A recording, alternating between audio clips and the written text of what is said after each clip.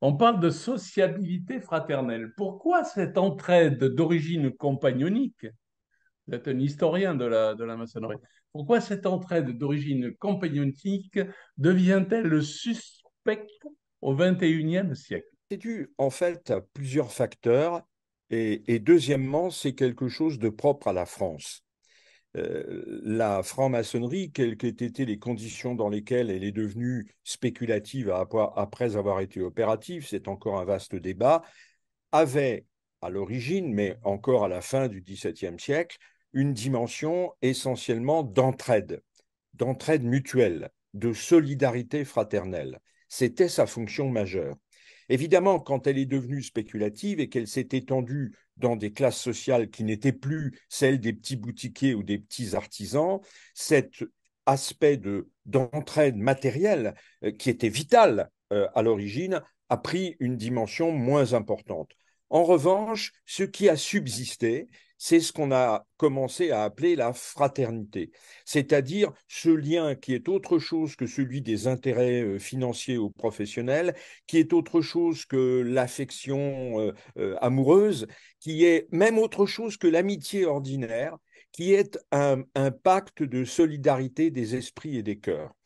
Et il se trouve que dans un pays comme la France, car ce n'est pas le cas dans les pays anglo-saxons, ou en tout cas beaucoup moins, du fait des péripéties politiques qu'a connues la franc-maçonnerie et de son implication dans la vie politique et sociale du pays, notamment au XIXe siècle, elle a été conçue par une partie du corps social comme un clan à part, comme un lobby, et puis il faut évidemment rajouter la dimension du fameux secret, dont nous savons très bien que c'est un secret de pacotille, mais qui, pour certains esprits, et notamment de nos jours à travers les réseaux sociaux plus ou moins complotistes, est réactivé comme la possession d'enseignements mystérieux et forcément sinistres. Justement, il y a toujours eu un grand débat entre d'un côté la maçonnerie engagement intellectuel et maçonnerie se faire des amis.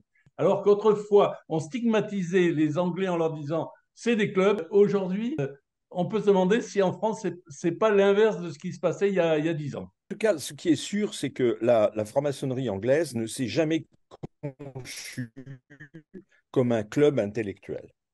C'était avant tout une association, on pourrait dire à la fois philadelphique, c'est-à-dire qui rassemble des gens dans un esprit fraternel, et philanthropique, parce que la maçonnerie britannique notamment, mais aussi américaine, a toujours beaucoup insisté sur la dimension caritative de bienfaisance publique. Et d'ailleurs, aux yeux d'une grande partie du public anglo-saxon, la maçonnerie est encore essentiellement perçue comme une organisation caritative. Je ne donne qu'un chiffre, mais il est quand même extrêmement impressionnant.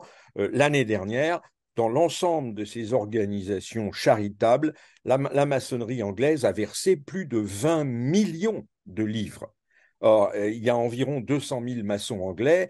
Je ne sais pas si la maçonnerie française, avec ses 160 ou 170 000 membres, au mieux, toutes obédiences confondues, en a versé le dixième. Alors, elle insiste aujourd'hui beaucoup sur la dimension, la maçonnerie, ça sert à se faire de bons amis, à être mieux intégré dans la société, à défendre de beaux principes, notamment caritatifs. Mais ce qui est clair, c'est que elle n'assigne toujours pas et elle n'a jamais assigné à la maçonnerie ni un projet intellectuel, ni un projet philosophique.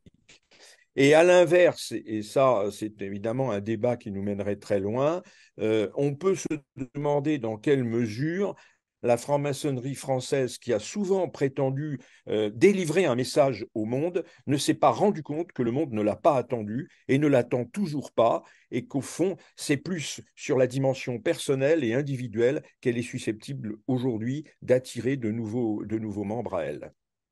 Alors, dans votre article, j'ai trouvé un angle très intéressant concernant le cheminement spirituel parce que vous détectez qu'en fait, il suit un historique du cheminement religieux. Est-ce que quand on parle de spiritualité laïque, Est-ce qu'on ne prononce pas un oxymore? Donc la clé, c'est le conflit historique entre la franc-maçonnerie et l'Église catholique. Et le problème est que dans un pays comme le nôtre, qui n'est plus un pays catholique, qui est un pays post-catholique, dont la culture, dont les mœurs ont été façonnées par le catholicisme et le sont encore dans une certaine mesure, mais qui n'est plus véritablement un pays catholique, on identifie la catégorie religion au vieux modèle du catholicisme traditionnel français. Et c'est ça qui crée une difficulté. Alors effectivement, la maçonnerie anglaise, elle est spirituelle, si l'on veut, dans un cadre protestant où ça ne pose aucun problème et où personne ne l'attaque, ou pratiquement personne ne l'attaque là-dessus, en dehors de milieux religieux marginaux, alors qu'en France, on est obligé d'inventer des expressions pour dire spiritualité laïque au cas où on penserait que ce serait catholique. Alors qu'évidemment, depuis 1738, la position constante de l'Église catholique a été de condamner officiellement et au plus haut niveau, de condamner la franc-maçonnerie, quelle qu'elle soit.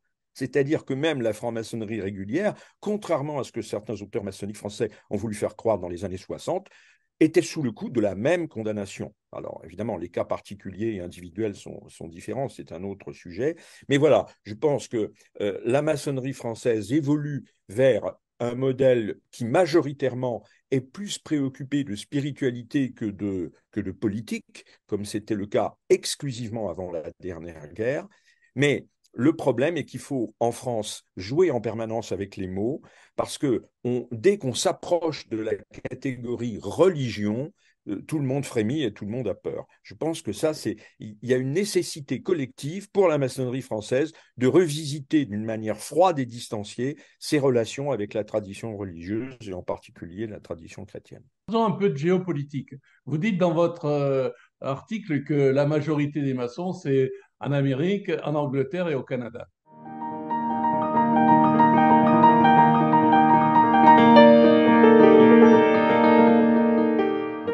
Nombre de choses. D'alors rappeler que les chiffres que l'on voit encore cités parfois par certains auteurs, 5 millions de francs-maçons dans le monde, 4 millions de francs-maçons, il y a longtemps que ces chiffres sont archi faux.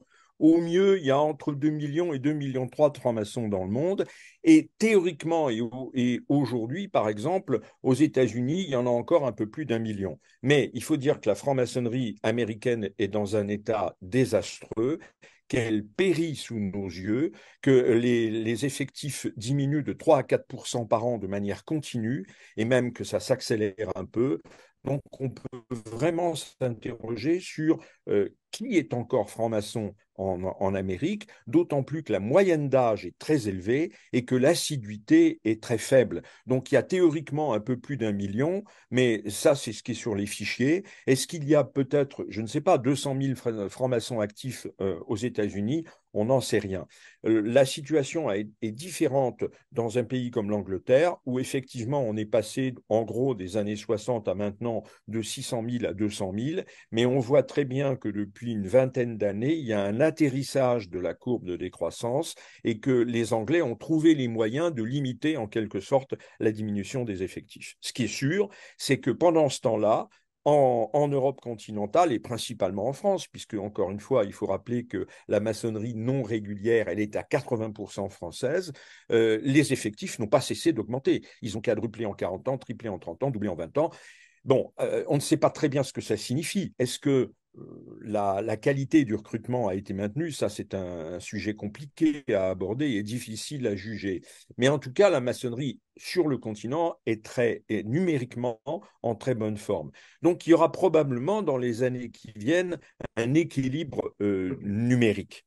Maintenant, quelles peuvent être les relations entre les deux? Ben ça, c'est l'avenir qui va nous le dire, mais c'est une grave question, aussi bien pour les Britanniques et les Américains que pour les Français et les continentaux. OK.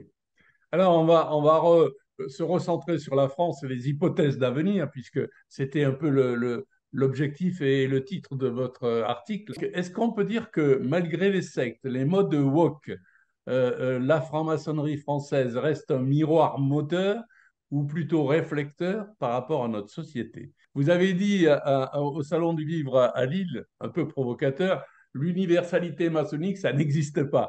Mais la question qu'on peut se poser, est-ce qu'une fraternité universelle et déjà en commençant en France, peut exister. Quand j'ai dit que l'universalité maçonnique n'existait pas, c'était provocateur, mais c'était surtout un constat. C'est-à-dire qu'il y a une prétention, une ambition universaliste dans la franc-maçonnerie, ça c'est tout à fait vrai, c'est ce qu'elle dit, une minuscule et qui est quasiment absente sur des étendues considérables de la planète. Et quand non seulement elle est absente, mais elle est même totalement incompatible avec les mœurs ou avec l'état d'esprit général dans certaines populations. Donc l'universalité, c'est peut-être un objectif à très long terme, mais c'est un objectif que la maçonnerie n'a jamais réalisé. Ensuite, la question de savoir si le message d'universalisme, et encore, faudrait-il savoir ce que recouvre exactement ce mot-là? Parce qu'il ne suffit pas de décréter l'universalisme en disant nous sommes universalistes, nous sommes universalistes. Qu'est-ce que ça veut dire concrètement? Il faudrait arriver, le seul universalisme auquel on puisse songer, et d'ailleurs ça nous ramène à la première question qu'on a évoquée tout à l'heure, c'est l'universalisme des cœurs, c'est-à-dire la fraternité humaine au sens le plus profond et le plus basique du terme. Je crois qu'il faut que la maçonnerie soit raisonnable et modeste. Elle ne représente quasiment rien sur la planète et elle a une influence ultra marginale, même dans les pays où elle est bien implantée. Prenons le cas de la France, qui est un cas finalement exemplaire, puisque avant la dernière guerre, la franc-maçonnerie, qui était globalement une organisation politique, même si elle avait des petits rituels, qui étaient d'ailleurs très simplifiés, jouait un rôle politique important. Je vous rappelle qu'avant la guerre, un tiers, en gros, du personnel politique était franc-maçon. Aujourd'hui, c'est beaucoup moins, même s'il y a encore une petite surreprésentation. Mais surtout, je crois qu'il faut être raisonnable. Les messages sociétaux, philosophico-sociologiques que la franc-maçonnerie peut répandre n'intéressent personne dans les lieux de pouvoir. On fait semblant de croire ou de laisser croire qu'il faut caresser l'encolure des dignitaires de la maçonnerie. Et c'est très bien comme ça. C'est une courtoisie républicaine, comme on dit. Mais la maçonnerie n'a pas d'influence. Donc, et il faut qu'elle le comprenne une fois pour toutes. Simplement, elle forme des hommes et des femmes à une certaine manière de se comporter dans la vie de tous les jours et de s'assigner à soi-même des objectifs et de respecter des devoirs que l'on s'impose librement. C'est cette dimension-là dans la franc-maçonnerie qui est certainement intéressante. Si vous connaissez la vieille chanson, si tous les gars du monde vous laissent donner la main, eh bien si tous les francs-maçons du monde, là où ils sont, voulaient en quelque sorte mettre réellement dans leur vie concrète en œuvre les principes personnels qui sont les leurs, sans chercher à faire la leçon au monde entier, bien peut-être à la marge, sans doute, mais peut-être que dans une certaine mesure, le monde serait meilleur, je ne sais pas, mais il serait peut-être un peu moins violent, un peu moins mauvais, un peu moins difficile. Eh bien, en période de crise, votre message de fraternité sera, je l'espère, reçu le mieux possible. En tout cas, merci pour votre article, merci pour vos réponses pertinentes. À très bientôt pour lire un de vos prochains ouvrages, puisque vous en avez déjà écrit au moins une vingtaine. À bientôt. Merci, à bientôt.